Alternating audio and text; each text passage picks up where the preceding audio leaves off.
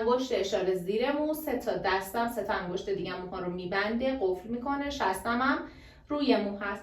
فقط انگشت اشارم هست که باز هست زیر موها و به این حالت موها رو میپیچم. حالا میارم اینجا، ببین کنار دومسبی اینجا فیکسش نمی کنم و الان تو مرحله نیستم که مو رو بتونم فیکس کنم چون هنوز این قسمت کار داره.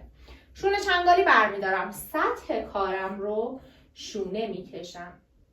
نمیخوام خطی کنم موها رو ها، من این شریان اروپاییه، خطیش نمیخواد بکنیم، فقط میخوام یکم نخ از توی موها بیاریم بیرون که موها یکم از این حالت ساده بودن و کلاسیک بودنش بیرون بیاد. همین که ببین موها رو یکم میارم این برتر روی خط مرز که مرزی روی سر مشخص نباشه.